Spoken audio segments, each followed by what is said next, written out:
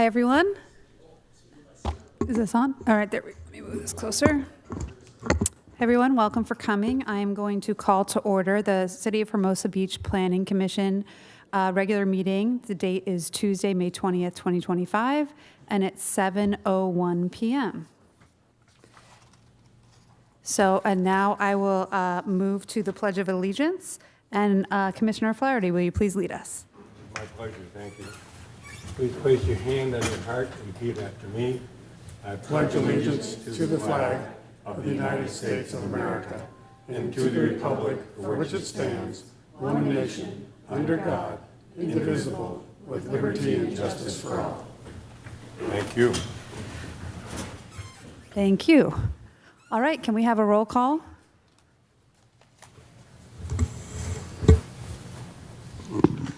Commissioner McNally, Here. Commissioner Hoffman, Here. Commissioner Flaherty, Here. Vice Chair Azant, Here. Chairperson Hirsch. Here. You have a quorum. Great, thank you. Moving on to item 4, the approval of the agenda. This is the time for the Planning Commission to discuss any changes to the order of the agenda items. And I will propose that we move item 7D to the top of the public hearing items. So I think I have to do I take a vote on that? Yes. All right. So do I need to get a second on that? Second. All right, great. Roll call. Commissioner McNally, Approved. Commissioner Hoffman, Yes. Commissioner Flaherty, Yes. Vice Chair Azant, Yes. Chairperson Hirsch. Yes. Passes by 5-0 vote. Great. All right, we'll now move on to the public comment portion of the meeting. This is the time for members of the public to address the Planning Commission on any items within the Commission's jurisdiction and on items where public comments will not be taken. The public is invited to attend and provide public comment. Public comments are limited to 2 minutes per speaker and shall only be taken from those present in the council chambers. No remote public comment will be taken during this time unless required by the Brown Act. A total of 30 minutes will be allocated to this public participation item, and the time allotment may be modified due to time constraints at the discretion of the chair. No action will be taken on matters raised during the public comment, except that the Planning Commission may take action to schedule issues raised during public comment for a future agenda. Speakers with comments regarding city management or departmental operations are encouraged to submit those comments directly to the Community Development Director or City Manager's office. Do we have any public comment for non-agendized items?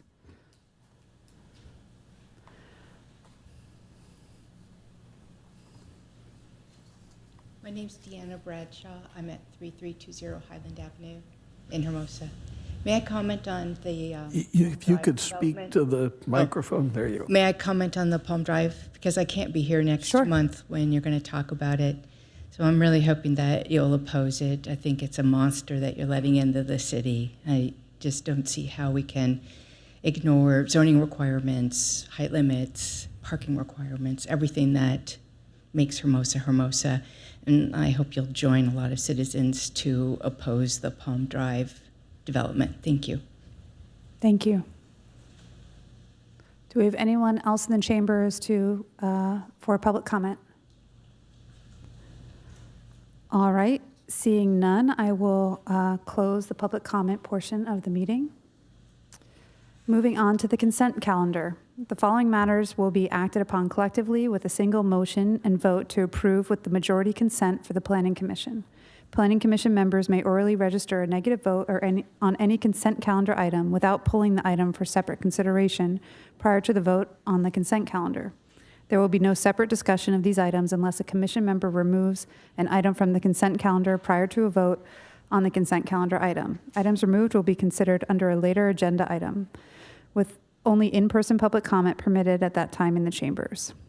The title is deemed to be read and further reading waived of any resolution or ordinance listed on the consent calendar for introduction or adoption. Do I have a recommendation to approve the consent calendar? So moved. Second. All right, it's been moved and seconded. Can we have a vote?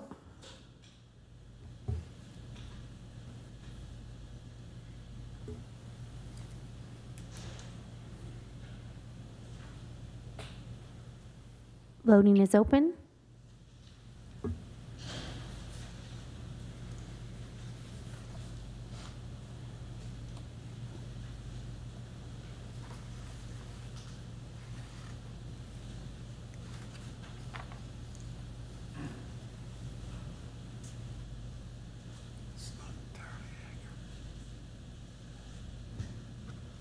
We're just waiting for one last vote. Commissioner Hoffman, I believe?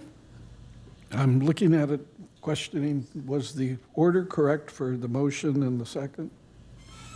I believe it was not. Hoffman Flaherty, I think. Right.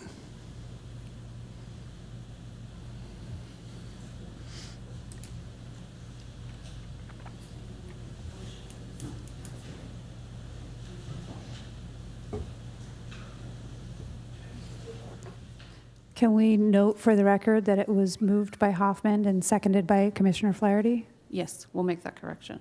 Motion carried 5-0. All right. So we'll now move on to the public hearing portion of the agenda. And as noted in the approval of the agenda, we are going to move up item 7D to the first public hearing item. So 7D is the review of fiscal year 25-26 capital improvement program, or otherwise known as CIP, for conformance with the city's general plan 25-CDD-081. Do we have a staff report? Good evening, Chair Hirsch, members of the commission, Alexis Oropeza, Planning Manager. I'll provide a brief presentation on this item, and then we are joined by the Public Works Director and Interim City Manager, Joe San Clemente, who's available to answer questions as well. So with that, this is a review of the 25-26 capital improvements plan for conformance with the city's general plan. The request is to determine that the project is exempt from CEQA and to find that the 25-26 CIP is in conformance with the general plan. The Planning Commission is tasked with reviewing, actually, let me just back up. The CIP itself, the Capital Improvement Program is the city's comprehensive plan for infrastructure and facilities improvements within the city, and projects are either fully or partially funded under this 25-26 fiscal year CIP. And the Planning Commission is tasked with reviewing the CIP projects to determine its conformance with the city's general plan. The Commission's review is limited to the general plan.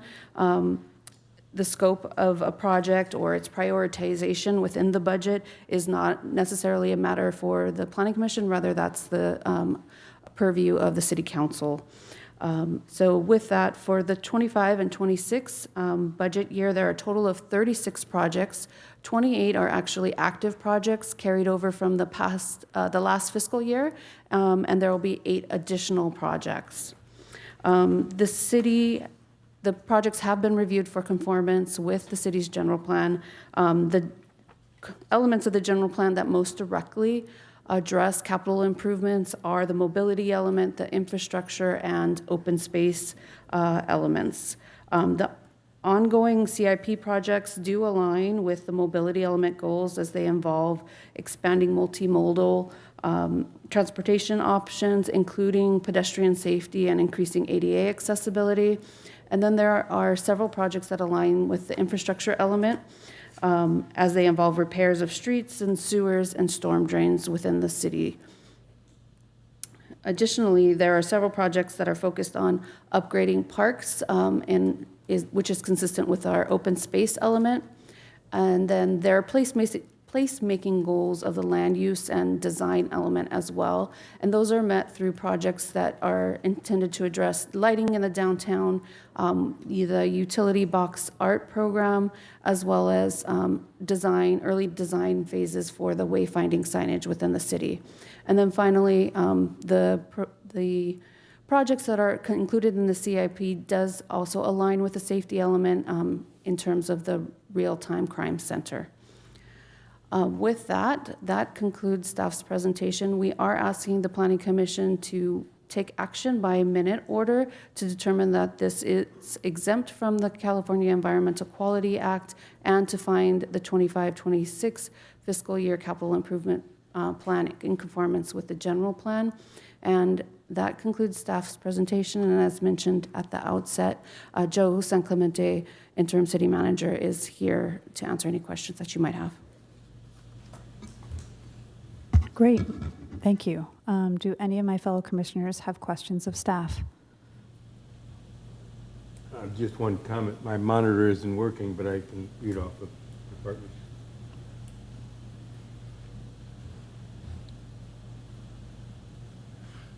None. I have no questions, but I want to say that I was in chamber when Joe provided a detailed report of all 36 projects with the 8 additional projects, and I was impressed with the depth and scope of the work, and I appreciate it, and I find no conflict.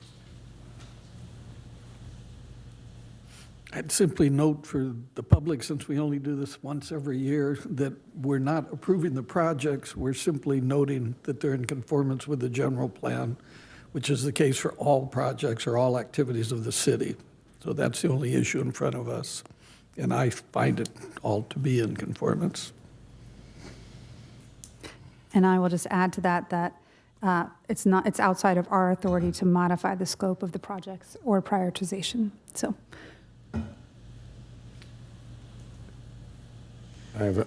My comment was I had the pleasure of watching the meeting with the city council on the CIP project, and my only suggestion is it is such detailed and so much is involved. I think it deserves a meeting by itself rather than combined with a city council meeting. It was took 4 hours or close to it for your presentation.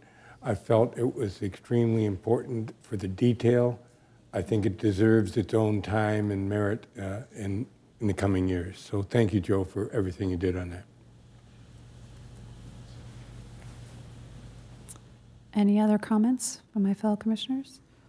All right. Do I have a motion? I move that we find the, Sorry, Honorable Chair and Commissioners, if we could open to public comment first. Thank you. Thank you very much. All right. We will now move to open public comment on item number 7D. Do we have anyone in the chambers that wishes to speak on behalf of this item?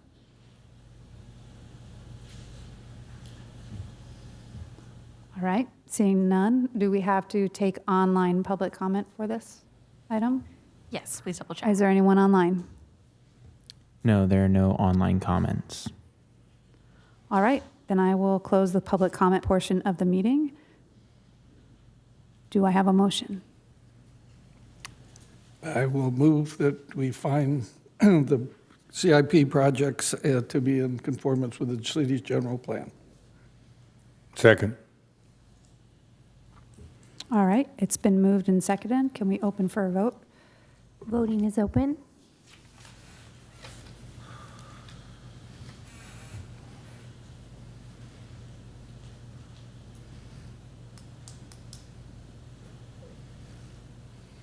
Motion carries 5-0.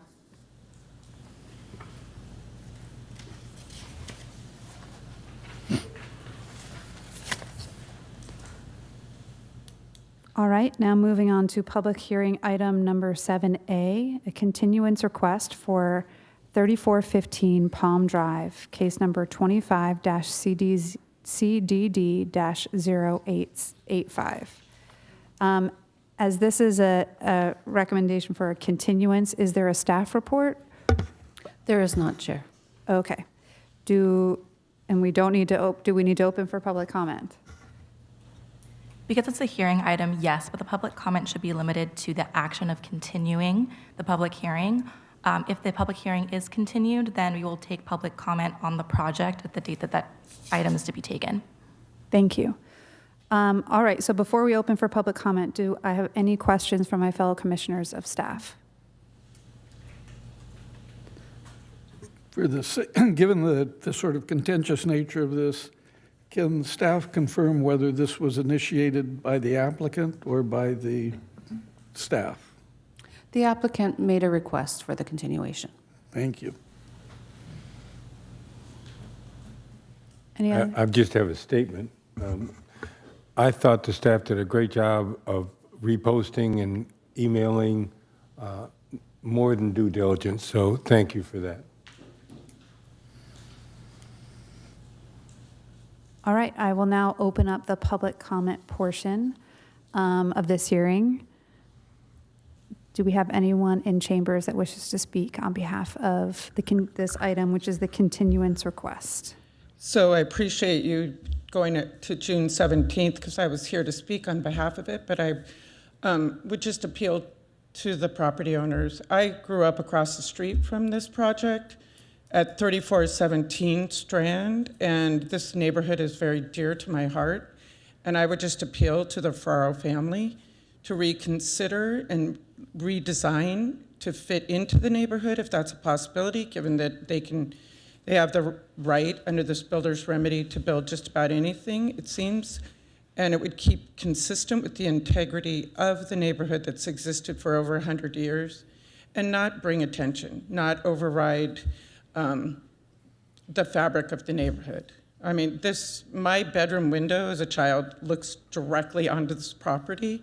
So as a kid, I could only imagine how my childhood would have been informed by that instead of informed by the beautiful memories and the history and the neighbors and the opportunity to participate in the beach and become a historian and work with Greg and Mike. And there's so many memories that it's impossible, and I get a little nervous trying to share them, but I appreciate that you're continuing it, and maybe by then it could be resolved properly. Thank you.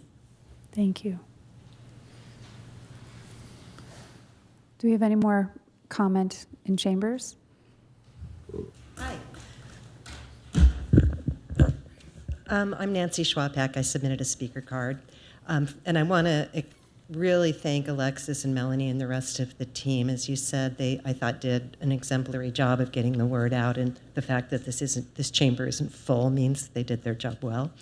I also want to welcome Ms. Becker. A little bit being thrown into the deep end, but we welcome you. And finally, and I will get into the actual agenda item, but I'd like to thank the members of the Planning Commission for your thoughtful questions and comments at the last hearing. You showed a lot of poise and grace, and we appreciate that. With respect to the continuance, I think it's great that there is an opportunity for staff to really, button down, to the extent they haven't already, the staff report on this. At the March 18th hearing, the 10 findings were listed that you all are supposed to consider, because this is under the 2024 regime. But it basically said, well, some of these, I'm paraphrasing, Jake did a good job, but, well, some of these are met, some of them aren't. General plan meets these 5 things. And I think the public would really appreciate very detailed findings, like finding number 1, does this conform, yes or no? Here's why. And finding 10, I think, is particularly interesting because it says other considerations that in the judgment of the Planning Commission are necessary to assure compatibility with the surrounding uses and the city as a whole. And that's, I think, a lot of leeway that you guys have now where you could make detailed findings on that and the others for the record and for the public to understand this. Then with respect to the general plan, there were certain provisions picked with this complies with the general plan. And then there was a general statement, this project does not comply with the general plan in many respects. And then there's just a broad statement, but none of these rise to the level that would allow this to be denied under the builder's remedy.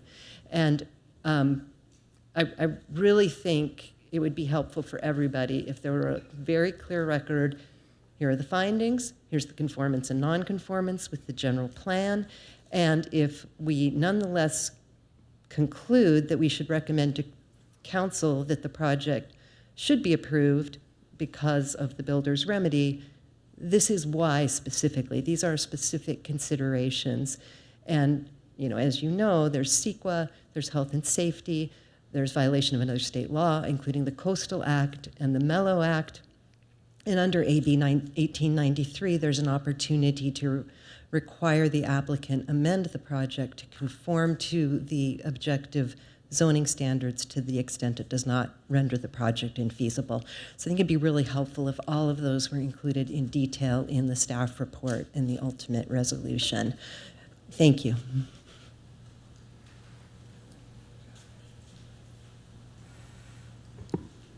Our next speaker card, we have Chris Miller.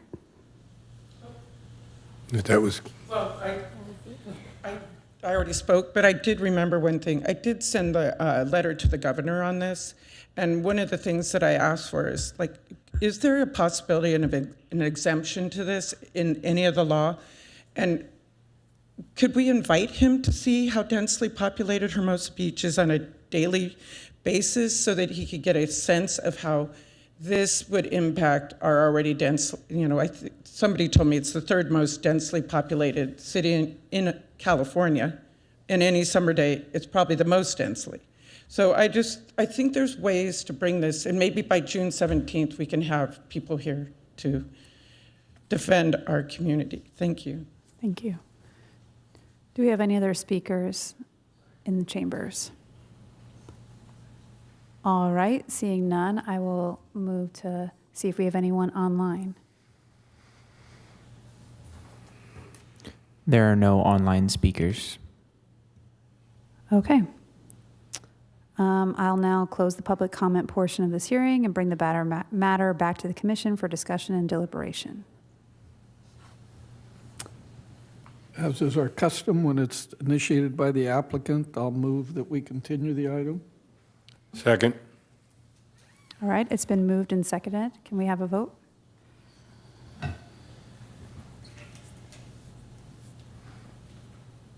Voting is open.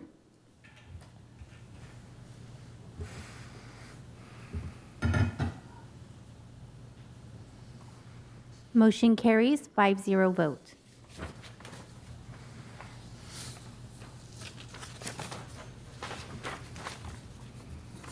Okay.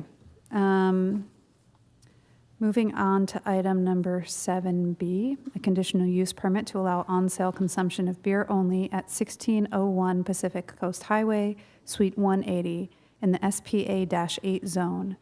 Case number 25-CDD-066 and 25-CDD-084. Is there a staff report? There is. Assistant Planner Johnny Case will provide the staff presentation for you.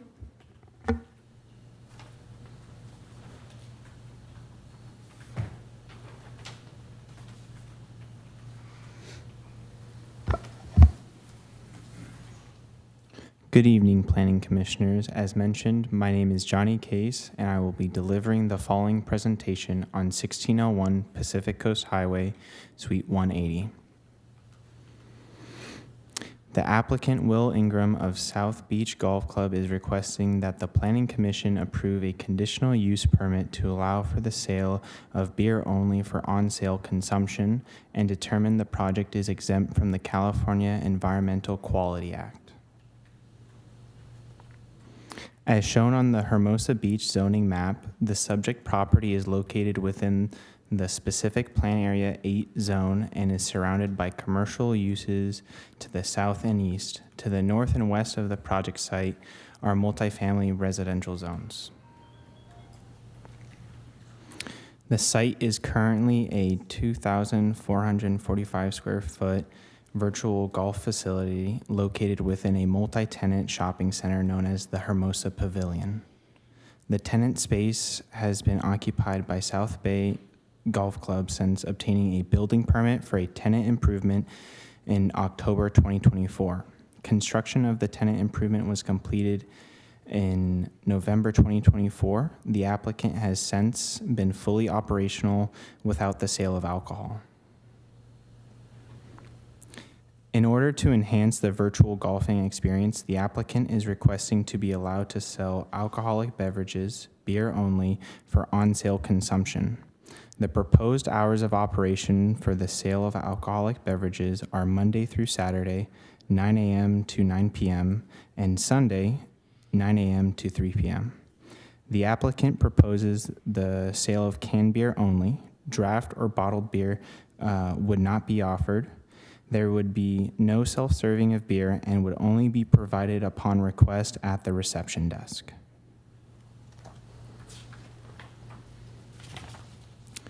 The submitted floor plan indicates the two proposed storage areas for canned beer. The first being behind the reception desk and the second located in the back of house area, which is only accessible by staff. Each of the proposed storages are 3.2 cubic feet. City staff evaluated the proposal in accordance with the required findings contained in section 17.56.050 of the Hermosa Beach Municipal Code for conditional use permits. These required findings are informed by the general criteria set forth in section 17.56.040 of the Hermosa Beach Municipal Code. Using the general criteria, staff determined the proposed CUP is consistent with these required findings. As part of the standard review process, the application was reviewed by various city departments, including the police department. The police department does not object the proposed CUP, subject to the conditions of approval. Staff have provided the Planning Commission with a series of proposed conditions of approval of the CUP. Among them include continued consistency with the submitted plans, allowed maximum of 2 3.2 cubic foot storages, operation hours of 9 a.m. to 9 p.m. Monday through Saturdays, and 9 a.m. to 3 p.m. on Sundays, and required ABC license education on alcohol and drug training and responsible beverage servers training. Furthermore, the project has been evaluated for consistency with the city's general plan, and the CUP amendment was found to be consistent with Goal 1, Policy 1.5, and Goal 3, Policy 3.3. Lastly, the project was evaluated for consistency with the California Environmental Quality Act and is considered to be exempt as a Class 1 categorical exemption pursuant to Section 15301 for existing facilities. For public noticing the project, a total of 953 public hearing notices were mailed to the applicant and occupants and property owners of the properties within a 500-foot radius on May 6, 2025. A legal ad was published on May 8, 2025 in the Easy Reader, and a public notice poster was posted on site a minimum of 10 days in advance of the public hearing, in accordance with Hermosa Beach Municipal Code Section 17.68.050.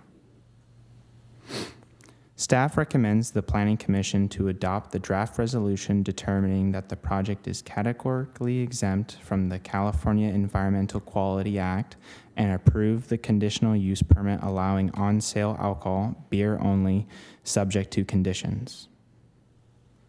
This concludes staff's presentation. Staff is available to answer any questions, and the applicant is also present in the chambers to provide additional clarification as needed. Thank you. Thanks. Do any of my fellow commissioners have questions for staff at this time with regards to the staff report? No. None? Okay. Do any of my fellow commissioners have any disclosures to make? I visited the site. I've enjoyed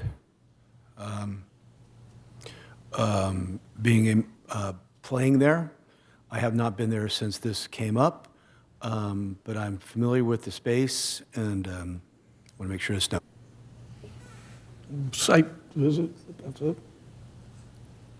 All right. We will now begin the public comment portion of the hearing. All questions and comments on this matter are to be directed to the commission, not to the audience. Is the applicant present? If so, you may approach the podium and make your presentation.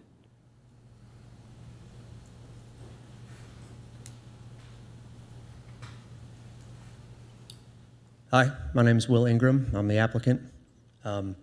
I don't have too much to add to the presentation outside of Johnny. He did a great job helping me out. Yeah, we've been open for a few months now. It's not necessarily a place where people are coming to belly up to the bar. There's a built-in time limit, so most people aren't spending any more than 90 minutes within the facility. And we have been up and running without it, so it's not necessarily crucial to our business as a bar or a restaurant might be. So hence the small volume of allowed canned beer I'm asking for. So outside of that, I don't have a whole lot to add, but happy to answer any questions. Thank you. I think we'll move to seeing if anyone else has any public comment, and then if the commissioners have questions for you, we'll call you back up. Thank you. Thanks. Is there anyone from the public that wishes to speak on this item? There is one online comment.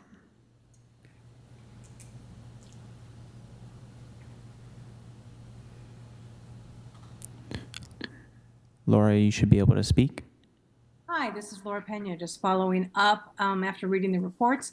I was just wondering if a business wanted to, with a Type 40 license, would they be able to sell wine in a can if they wanted to at a later date? Or would this require them to have to amend their CUP and come back in front of you at a later date? And so I was just wondering if the Type 40 just allows a business to sell cans only and not other kinds of refreshments. Thank you. Thank you. Are there any other public comments? There are no further online comments. Okay. Do any of my fellow commissioners have questions of the applicant before the public comment portion of the hearing is closed? No.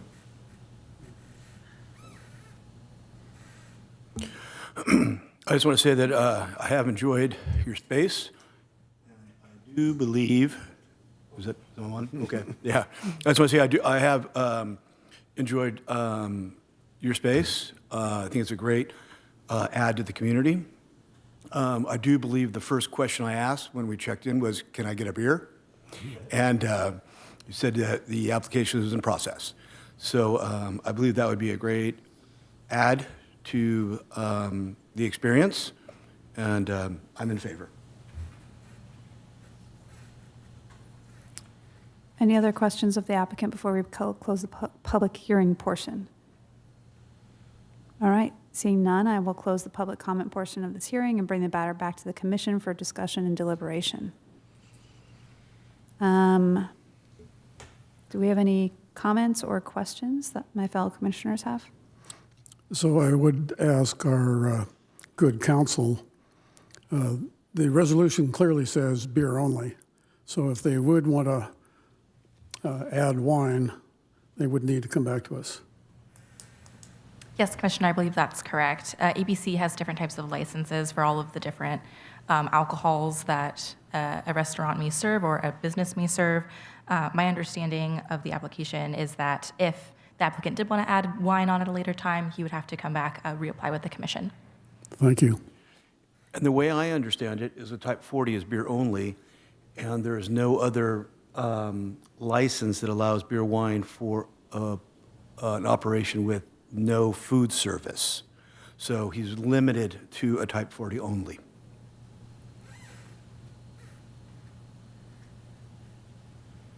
Any other comments or questions from my fellow commissioners? Yes, I certainly support this request. I think cold beer is a perfect complement to playing golf. Other than that, I wish him well. I know that it's very limited. I don't think you can keep more than 2 cases of beer in that building at any one time. Its storage is so small. So I certainly support this request.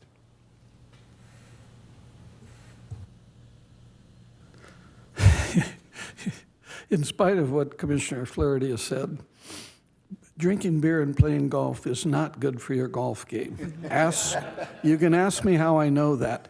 But in a more serious note, the only question I would have, I apologize if it looks like I'm reading this again, I would want to ensure that the beer sales can only occur when it is actively providing or is actively serving as a golf practice facility.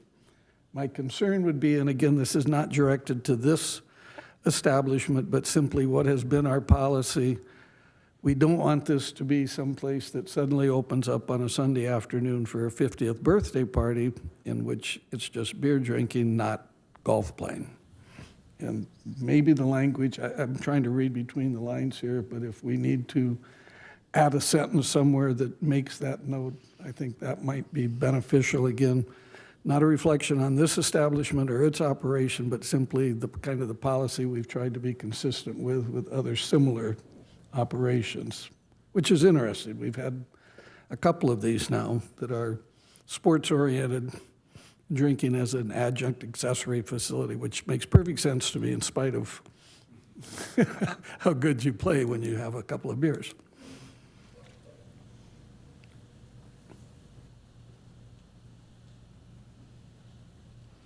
Commissioner Eisent, any questions or comments? No comments, or no questions. Any questions or, oh, you already said something, so it's back to me. I intend to support this. I think my fellow Commissioner Hoffman brought up a good suggestion on, is there a way to incorporate language that the beer should be sold when the facility is in operation for its intended use? I don't know, I'm trying to scroll through these conditions just as quickly as you brought up that idea. I don't know if that would be a separate condition or something added to one of these conditions. So maybe the staff have a recommendation. I think you would need to add a condition of approval. We don't have one that specifically addresses that alcohol service shall only occur to patrons who have a reservation. So we could certainly add something if that's the direction of the commission. Can I caution that? Because if you have a bin and there are a couple golfers and a date or a spouse that's with you that doesn't golf, it'd be allowed for them to sit at the counter and enjoy a cold beverage as well, while not actually being a participant. So let's discuss that. Yeah, no, that's not my intention. My intention is that we don't have it where the bays are all set down and there's 50 people standing around just having a beer. Gotcha. I understand that people who are actively playing and those who are spectating are going to be drinking. That's fine. I just don't want to create the opportunity, as we've tried to do. We've got the, I don't know what you call it, the race car driving. We've got a number of these kinds of operations now, and that's been something we're concerned with. So if staff is comfortable that they can write the condition in such a way just that beer can't be sold when they're not primarily functioning as a golf training, or I don't know what the right term is, training, is that what we call it? Whatever, practice training facility.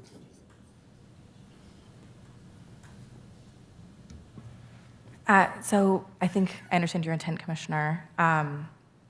We could perhaps include some language that upon a motion to approve, assuming that the commission motions to approve, that staff will draft an additional condition of approval directing that beer shall be sold only to patrons of the business whose primary purpose is to golf, which would then not limit folks who are only golfing at the establishment, but hopefully hit on that concern. And we can craft the language also to say, staff with the assistance of the city attorney to make changes as necessary in order to give us a little bit of room to craft that language specifically before the resolution is signed. And I mean, that's essentially what I'm calling for or asking for, yeah. Can I suggest that before we move for a motion, maybe we reopen the public comment portion of the meeting to see if the applicant has any concerns with our suggested additional condition? That's appropriate. Okay. Do I need to ask my fellow commissioners if they agree? Agreed. Agree? Okay. All right, then I will reopen the public comment portion of the meeting to ask the applicant to approach and make sure that you are comfortable with the condition we are suggesting to add to the CUP approval. I'm pretty sure I'm comfortable. Just so I understand, the concern is that outside of our hours of operation, that goings-on would be taking place in the facility that do not include using the facility for its intended use. Is that the concern? My concern would be that on a Sunday afternoon, there's a sign closed for private party this afternoon, and it's a golfer's birthday party, and it's a place to go drink beer. Got it. Okay. Yeah, I could see the concern. I'm happy to oblige or abide by any additional phrasing that you guys would like to include, any additional conditions, I guess you're calling them, to prevent that and put your concerns to rest. I appreciate that. And that's my intention. Again, it's not trying to be punitive or anything like that. Understood.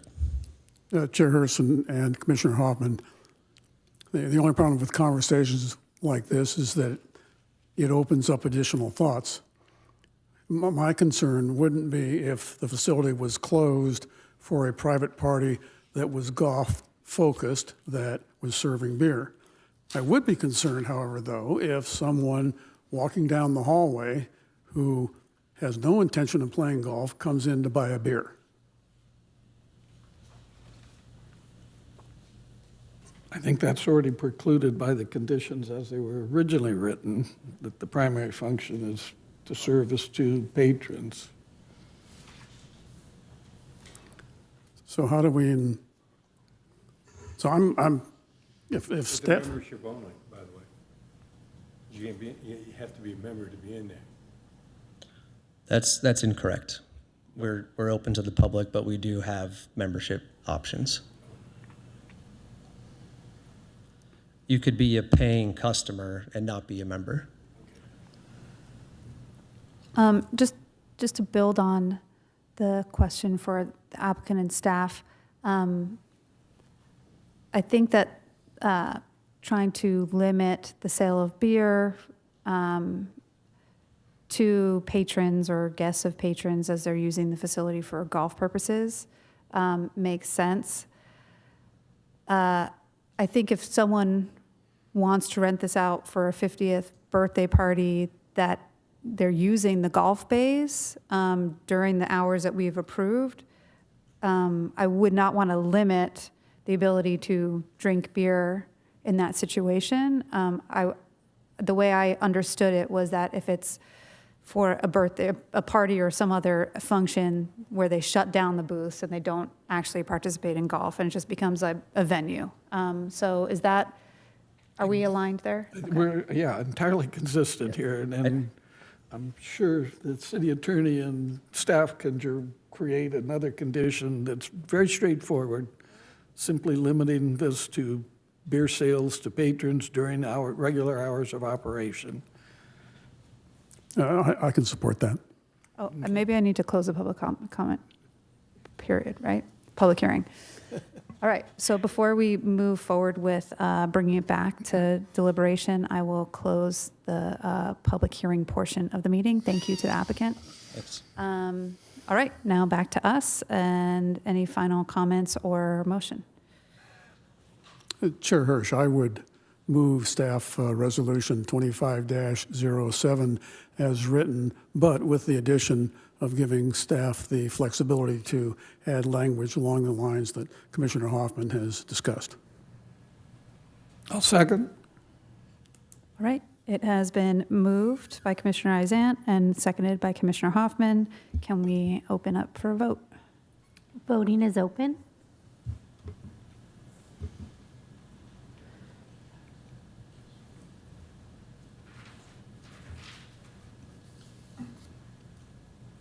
Motion carries 5-0. All right, great. And if I may, Chair, make a quick announcement for the Sure. benefit of the applicant and the public. This decision is subject to a 10-day appeal period that follows the City Council hearing on May 27th. So we'll be in contact with you. Your project planner will be in contact with you on the end of the appeal period. Great. All right, we will now move on to item number 7C, a request for a CUP amendment, APE 24-003, to expand on-sale alcoholic beverages allowed to beer, wine, and distilled spirits, and amend prior condition of approval for an existing restaurant at 844 Hermosa Avenue in the C2 zone, case number 25-CDD-084. Is there a staff report? There is. Assistant Planner Johnny Case has this staff report for you as well.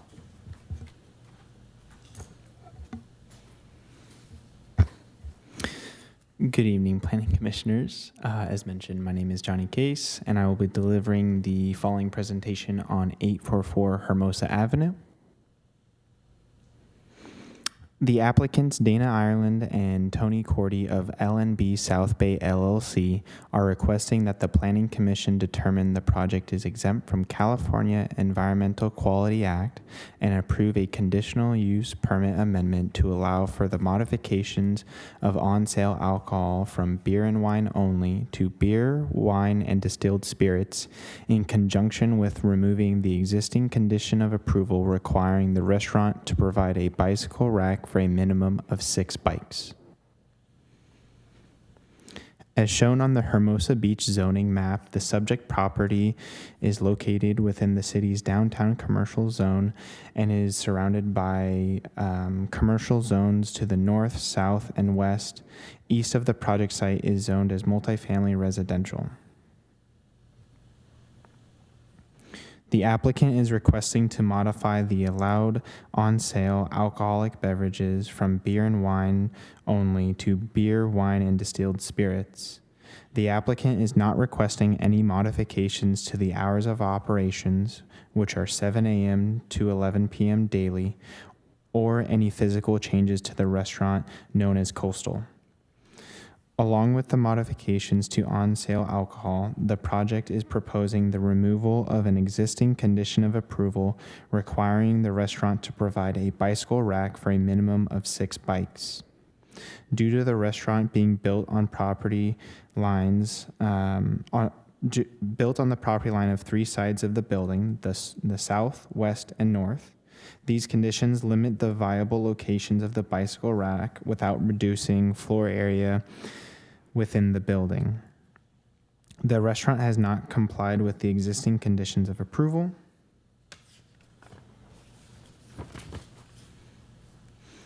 The conditional use permit amendment does not propose any modifications to the existing floor plan.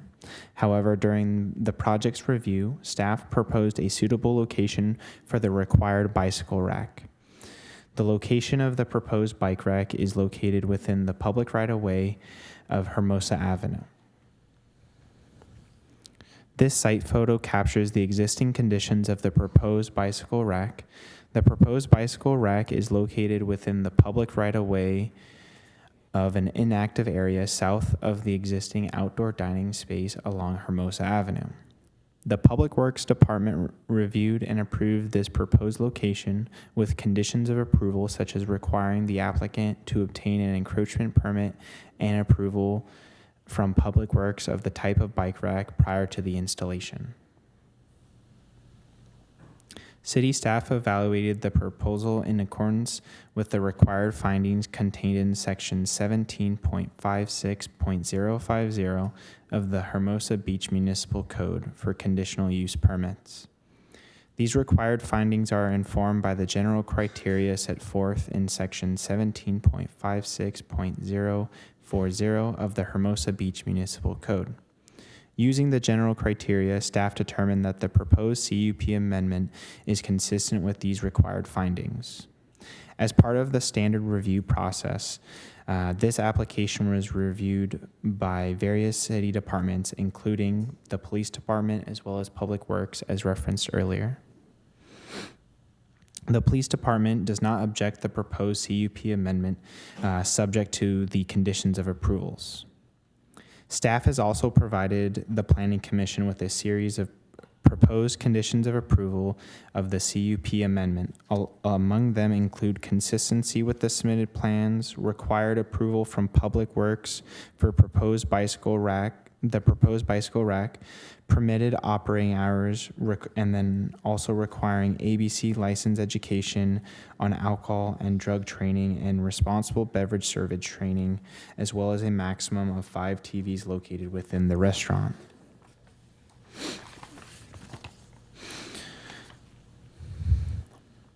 Furthermore, the project has been evaluated for consistency with the city's general plan.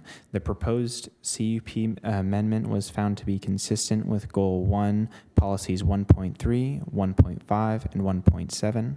The project was also deemed consistent with Goal 4, Policy 4.5. Lastly, the project was evaluated for consistency with the California Environmental Quality Act and is considered to be exempt as a Class 1 categorical exemption pursuant to Section 15301 for existing facilities. For public noticing for the project, a total of 870 public hearing notices were mailed out to the applicant and occupants and property owners of the properties within a 500-foot radius on May 6, 2025. A legal ad was published on May 8, 2025 in the Easy Reader. And a public notice poster was posted on site a minimum of 10 days in advance of the public hearing in accordance with Hermosa Beach Municipal Code, Section 17.68.050. Staff recommends that the Planning Commission adopt draft resolution determining that the project is categorically exempt from the California Environmental Quality Act and approve the conditional use permit amendment allowing on sale of beer, wine, and distilled spirits. Additionally, staff recommends that the Planning Commission deny the request to remove the existing condition of approval requiring the restaurant to provide a bicycle rack for a minimum of 6 bikes. This concludes staff's presentation. Staff is available to answer any questions, and the applicants are also present in chambers to provide any additional clarification as needed. Thank you.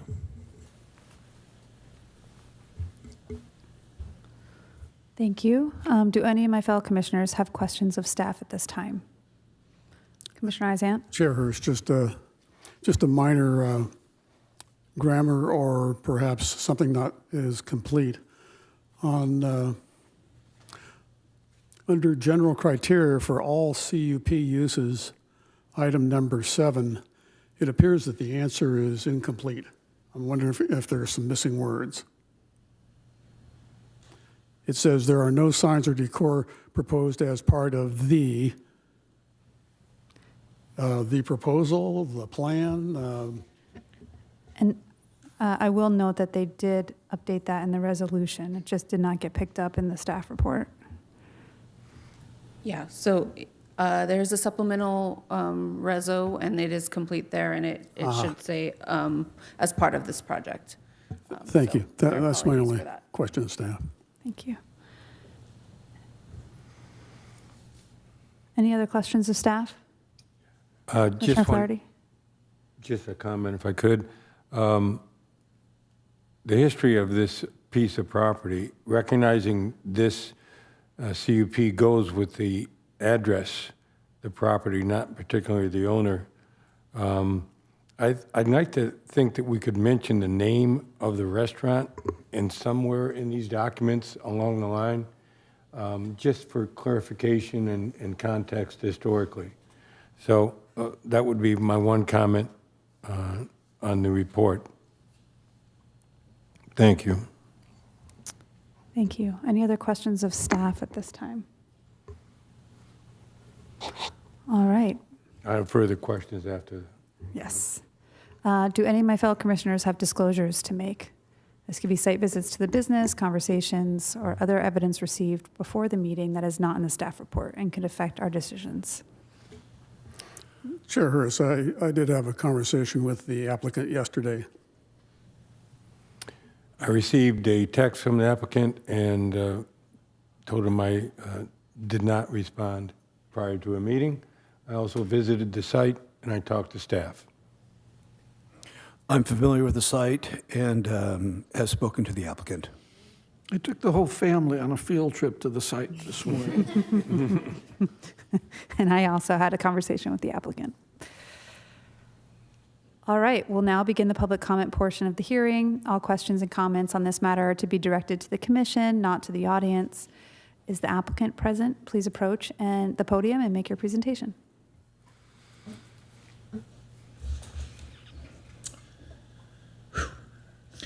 Good evening, Madam Chair and members of the commission.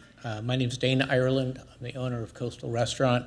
I'm joined here this evening by Tony Cordy and representation of the building owner. I want to thank Tony and staff for working together. I've been battling a pretty serious health issue. And I wasn't sure where I'd be tonight, so I'm just glad to be here.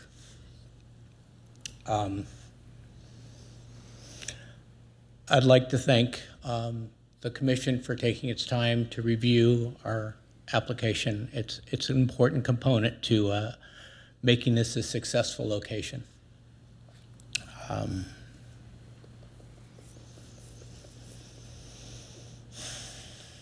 We're in agreement with staff, and I think staff did a very nice job. I want to commend Johnny for working with both Tony and myself to get us to where we stand today.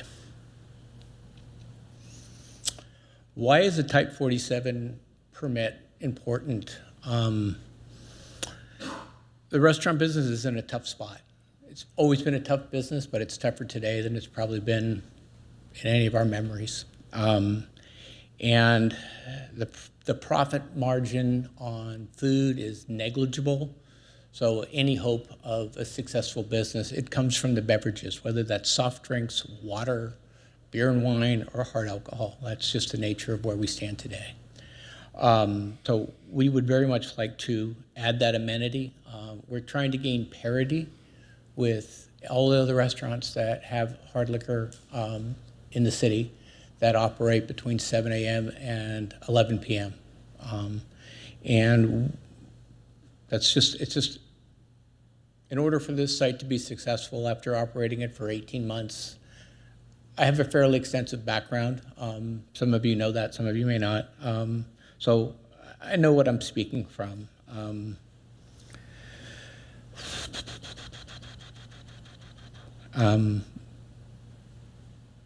Everything in the staff report makes sense to us.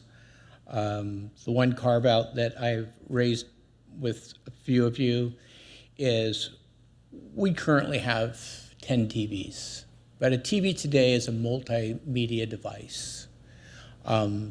We've had customers come in and they want to bring their business back in and have a meeting. We have a very nice kind of private room, big skylight in it, it's daylit, it's at the front of the restaurant, and they use the 4 TVs in that room for multimedia presentation. It's a good augment to our business because it's generally an off hour. It's generally like, from noon to 4 in the afternoon. So those TVs act in that mode. These devices, I call them TVs, but they're really devices. I mean, on a cold day, we put fireplaces up there, right? It warms up the ambience of the restaurant, right? Other days, if it's a hot sunny day, we might have a surf thing on, we might have an aquarium. They're really very, very flexible, and they give us the flexibility to try and meet the needs of our customer. So I'm asking, well, let me back up one step, I'm sorry. The notion of 5 TVs in a 4,000 square foot restaurant came from our prior operator, the Stanton. They submitted a proposal for a floor plan that was conceptual. They hadn't opened. They didn't really know what their customers were going to need or want. And that became the notion that this restaurant should never have more than 5 devices that can display video. And when we took over the operation, it didn't have 5, it had 9. And so obviously that owner realized that maybe he had sold himself on 5, and he went to 9. We looked at the layout of the business, and we said, okay, so we took one TV and we pulled it apart this way, and we have 2 TVs in that area, so we ended up with 10. TVs aren't the driver in any business. They're a facilitator of other opportunities. So we would like to have a discussion and see if we can't come to an agreement that 10 is the right number for that. Beyond that, I really hope that we can have this amendment approved so that we can go back and try and recapitalize and rebuild the business. Given where my health was, given where a lot of things were going, we had to close the restaurant. And I don't give up easy. So I hope we can make this work. Thank you.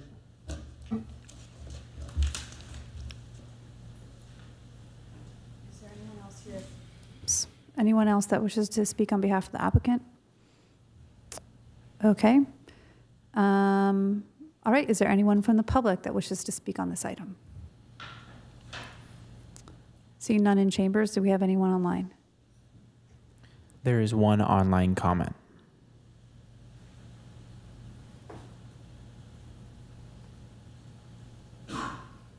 Laura, you can speak. Hi, yes, this is Laura Pena. I'm a business owner in the city of Hermosa.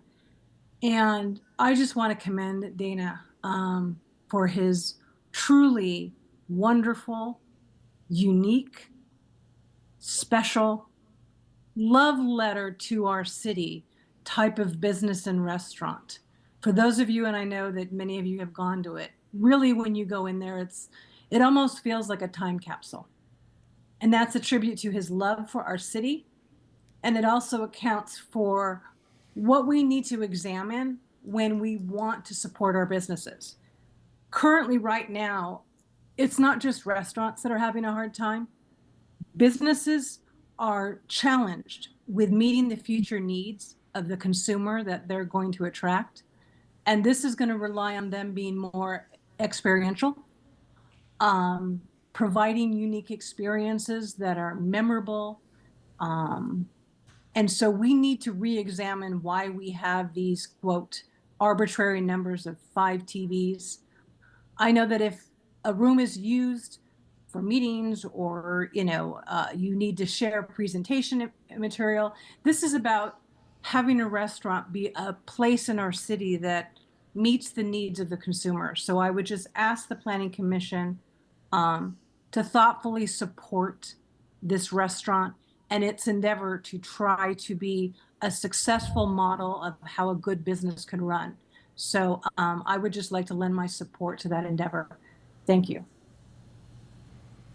Thank you. Do we have any other online comments? There are no further online comments. Okay. Do any of my fellow commissioners have questions of the applicant before we close the public comment portion of the hearing?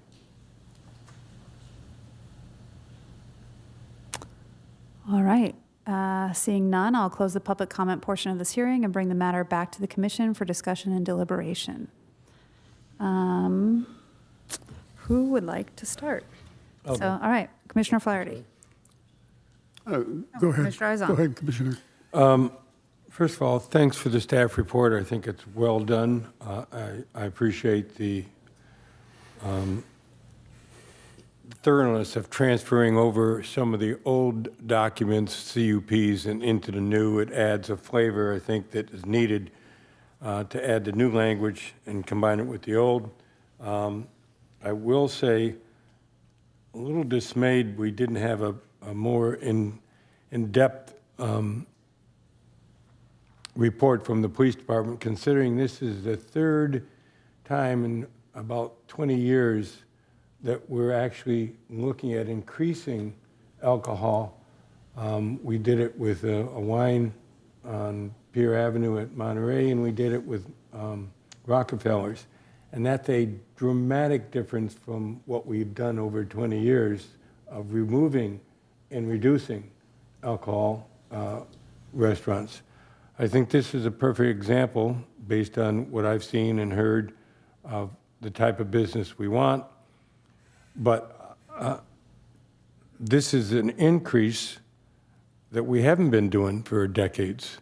So I would appreciate more in-depth report from the police department in the future, even just in a staff report. You don't need to have a policeman here to tell us, but just in a staff report needs to be more in-depth, especially when we're increasing an alcohol level in our restaurant business.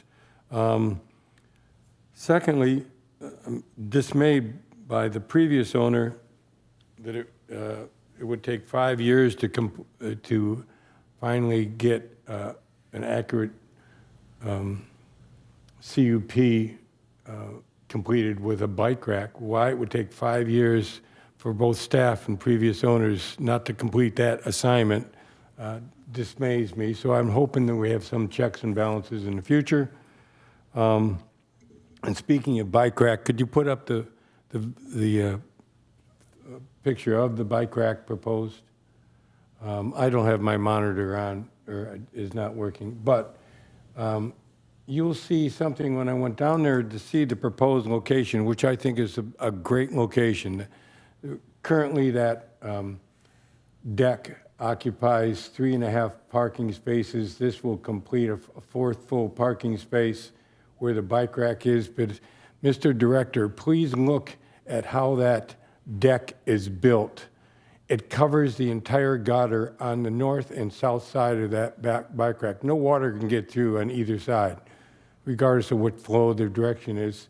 I don't want the new bike rack to add to that complaint. So if you could, while you're there, setting up the bike rack, could you at least look at that property and how that deck is built?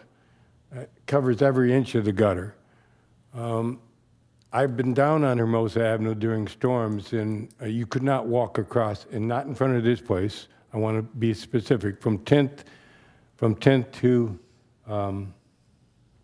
Pier Avenue, you could not walk across the street with the rain coming down. The dining decks blocked every bit of water. The water came over the curb, over the sidewalk.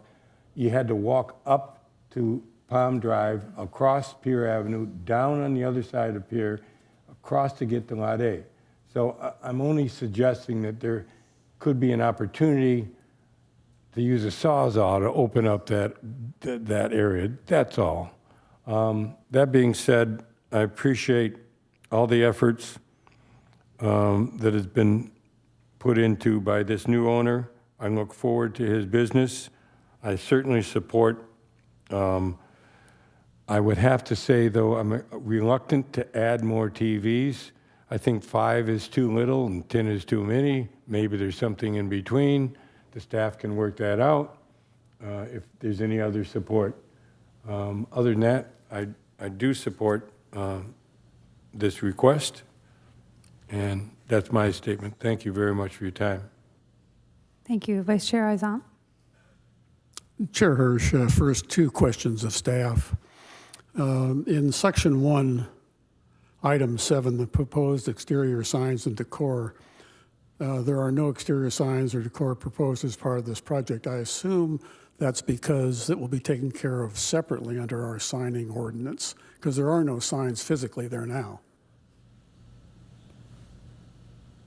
Is that correct? The signing portion of this,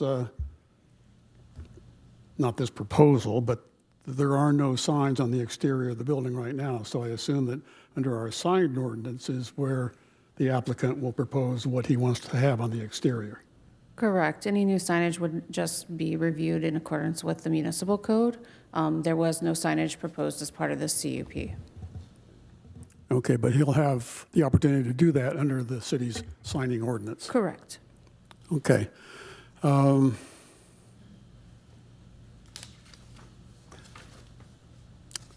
I forgot my second question, so I guess I'll just finish my comments.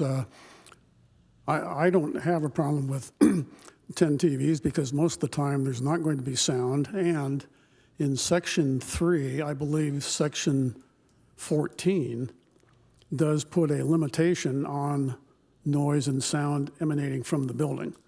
that any TV has to be at least 10 feet back.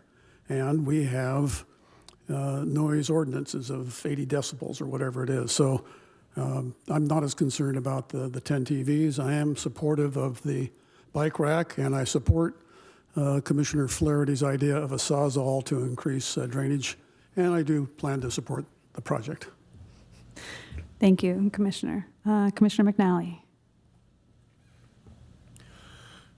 So we have the three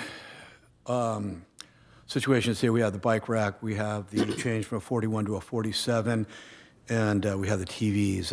I think the bike rack is going to be a pretty reasonable solution, and I look forward to having that solved and getting that taken care of. As far as changing from the license from a 41 to a 47, that's an on-sale beer wine to an on-sale liquor with spirits. I believe this space and the size of it deserves this and requires it. I believe that this is a good opportunity for the operator and the applicant to continue to survive and prosper in this particular space. As far as the TVs go, they kind of grew, into 10 instead of the 5 that were particular. But we have to also remember that these are not TVs, they're monitors, and those monitors are used for PowerPoint presentations, they're used for slideshows, they're used for surf videos. The concern of the TVs, I believe, from the chief of police was that there might be a change in concept from a coastal restaurant into more of a sports bar. I don't believe the applicant is making any changes to the concept. He's enhancing the concept. And I believe the TVs are important to provide that experience. So I certainly support that. I would be concerned, but the applicant is a business professional with substantial hospitality experience. And I believe that this is someone who can manage all of these changes considerably well. So I'm in support. Great, thank you. Commissioner Hoffman? I share Commissioner Flaherty's. I'm kind of flabbergasted that we're dealing with increasing to a 47, and we're dealing with, well, what about TVs and bike racks? That seems to be the boogeyman is changing here. But in a more serious note, clearly we've had a demonstration, Rockefeller's as a primary example. This is, the key for me is this is an 11 o'clock close. This is not a late night establishment. When one looks at what happens downtown that is still problematic, it's not at 11 o'clock, unfortunately, and it's a different situation. So I'm comfortable with that location having a full alcohol service with an 11 o'clock close. And of course, it's this operator we're talking about now, but even in conceivable situations, should that change, I think that location we've seen demonstrated that once you get away from the sort of synergetic impact of all the establishments right on pier with the pedestrian concentration late at night, that's where the problems are. The second item, the TVs, as Commissioner McNally has mentioned, call them monitors. I guess our language is a little bit dated. But if the operator who knows this business and knows this market better than I suggests that 10 is appropriate there, as long as we've moved them back, and that's part of the conditions, they're not, because this is a sort of open air type front on that building.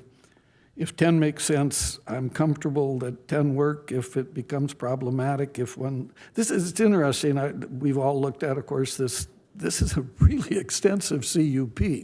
It reflects the fact that when we drafted this, we were trying to think of and address every possible contingency associated with alcohol service in the downtown area. And I think this notion that somehow too many people cheering for the Rams on a Sunday morning if there's an extra TV is going to be problematic. I'm not sure I'm buying that. The thing that I have the biggest problem with, ironically, is what would seem to be the most benign. Condition 40, talking about having a bike rack, I don't think we've ever and Commissioner Flaherty would be able to check me, I'm not sure we've ever conditioned anyone that they had to provide parking in the public right-of-way. And the problem with that, of course, is if next month they decide they don't want to have outdoor dining and the dining deck were to come down, we've now committed a parking place to 6 bicycles. I don't think that was anybody's intention or would be anybody's intention. If that was a project or that was what the proposal in front of me was, we want to give up. That comes back to our whole traffic and parking management that we haven't really dealt with. I would suggest that we condition this, condition 40, just add a sentence to it or whatever. It indicates that it's contingent upon the maintenance of the outdoor dining deck as it's currently configured. It's we can't bind him or her or the future applicant to maintaining outdoor dining if it doesn't work with a new concept, and then somehow. We cover all 4 spots. Well, yeah, we want to get all 4 spots back. We certainly don't want to somehow give away a whole parking place for a goal that doesn't work. So I would, and I appreciate the idea that we've insisted, or not insisted, but we've included the idea that there would be 6 parking places. It doesn't work on that site. I mean, we really would be demanding remodeling somehow of that building, or maybe up in the alley, but in that case, it doesn't make sense. There's no entrance up there. So I would be inclined to support this. Yes, the type 47 with maintaining the 11 o'clock close, adding an addendum to condition 14 I'm good with 10. We can debate that amongst ourselves. And adding a condition to, or adding to condition 40, that the maintenance of the bike spaces be contingent upon the maintaining or the operation of the deck as it's currently configured. Great, thank you, Thank you. Commissioner. I generally tend to agree with my fellow commissioners. I'm in support of the Type 47 ABC license. I have been a patron of the restaurant and gone in and hoping to order a cocktail and wasn't able to get one, so hope to see that in the future. I think that having 10 TVs in a space of this size is within scale and reason, so I'd be supportive of updating that condition to reflect 10 TVs. And I like Commissioner Hoffman's suggestion of extending the condition for condition 40 on the bike parking in the public right-of-way to be contingent on the outdoor dining still being in place, because parking is important and valuable, and I wouldn't want to lose that in the long term if that's not in alignment with how the business operates. So if there are no further comments, I will see if anyone has a motion. Chair Or I Hirsch, guess we can talk about the bikes. Chair Hirsch, I would move staff recommendation 08, but with the amendment that it read 10 screens rather than 5, and that condition 40 tie the life of the bike rack into the life of the dining deck.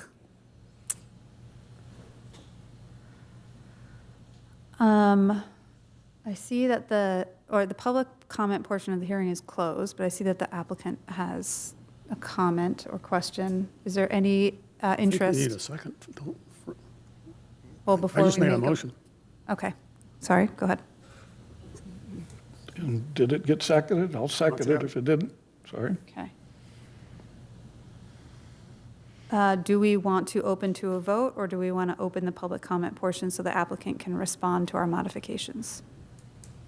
I'm ready to vote. Ready to vote? Okay. All right. There's been Could you a repeat? motion and a second. Could you repeat the motion again? Would you like to do that? So I move staff recommendation 25-08 with the following 2 changes: that the 5 screens be changed to 10, and that in condition number 40, that the life of the bike rack is tied to the life of the dining structure, so that if the dining structure goes away, so does the bike rack. Thank you. So it's been Commissioner, moved. sorry, if I could clarify on condition 40 regarding the bike rack, would we like to, just so staff can get this language right, are we saying that we would like to remove the requirement for the rack, for the whole establishment if the deck is no longer there, or would we like the applicant to have to come back and work with staff to reestablish where the location of that bike rack would be appropriate if the deck was no longer there?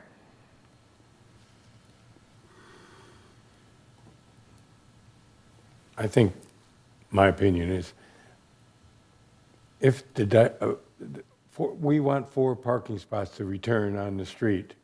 If the only reason bikes are going to be in the position they're at, because part of the deck takes over a half a parking spot. So that's why the bike racks were never put in 5 years ago.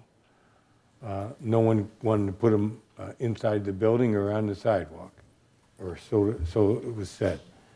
Now that there's a perceived opening where the open deck is, it's a perfect spot to throw a bike rack in. It was a condition of improvement, what we had 5 years ago, even 10 years ago. We thought we were doing the world good by putting bike racks every place. If the deck goes away, so do the bike racks. That's my opinion. I agree with that.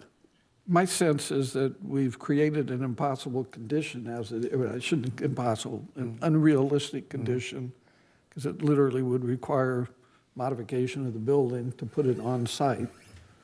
And so my sense, as I understood the amendment or the motion, is that we are requiring the 6 spots contingent upon the dining deck remaining in the public right-of-way, and this as configured.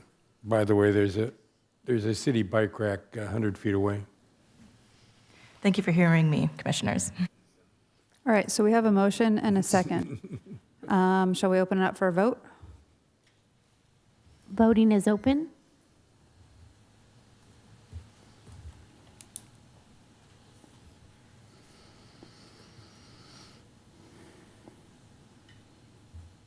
Motion carries 5-0. Good luck. Great, thank you. All right, we are now going to move. I'd just like to say thank you very much for your time and service. We're now going to move on to staff items. Item 8A, Community Development Director Report.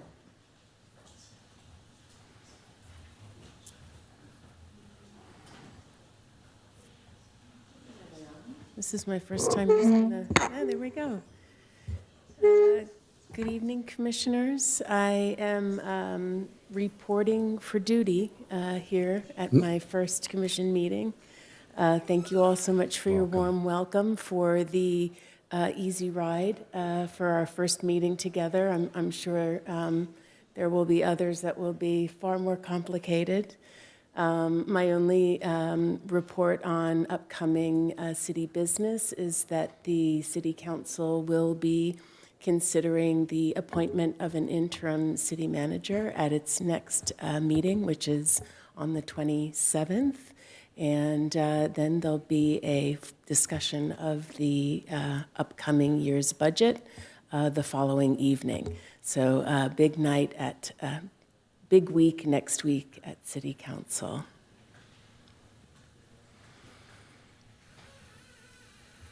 All right. Moving on to item 9, Planning Commission comments. Do we have any comments from my fellow planning commissioners? I do. Whoops. I have a question. Several meetings ago, we dealt with a restaurant bar, a Japanese restaurant bar off of Aviation. We took some action based on staff report, and then later that item was pulled by the city council, and then later, over the last couple of weeks, it came back to a meeting where I think the business was officially closed. Could you give us an update on that and how that worked out? Thank you. So the city council did consider the revocation of the business license. So as you will recall, planning commission, you took action to revoke the CUP, which restricted the restaurant's ability to serve alcohol after 10. Just as background, the applicant subsequently surrendered their ABC license to the Department of Alcoholic Beverage Control. And then it was discovered they were continuing to sell alcohol. So because of that, a request to revoke the license was taken, and City Council did take action to revoke the business license. Thank you. And I would just add, having driven by, there's a new banner for a new establishment going in there. With no CUP. That's correct. If they have no alcohol, they wouldn't need a CUP, right?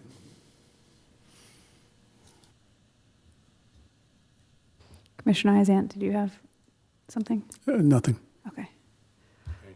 Any other comments from the Planning Commission?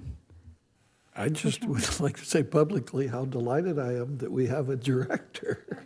It's been a strange void here. With all of due respect to Alexis, I think you share our appreciation and welcome. Well, and what about our new council? Welcome, new council. Yeah, we're always a little reticent to welcome an attorney in our presence.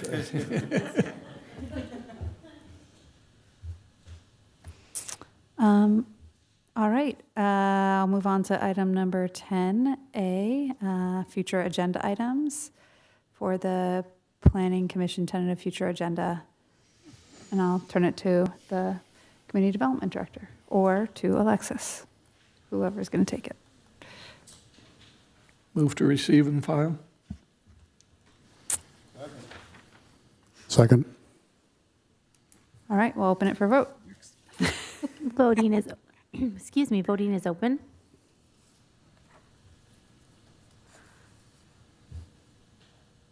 Motion carries 5-0 vote. All right, moving on to item 12. Do we have a motion to adjourn the meeting? So moved. Second.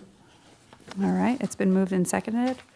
All those in favor, say aye. Aye. Aye. All right, thank you.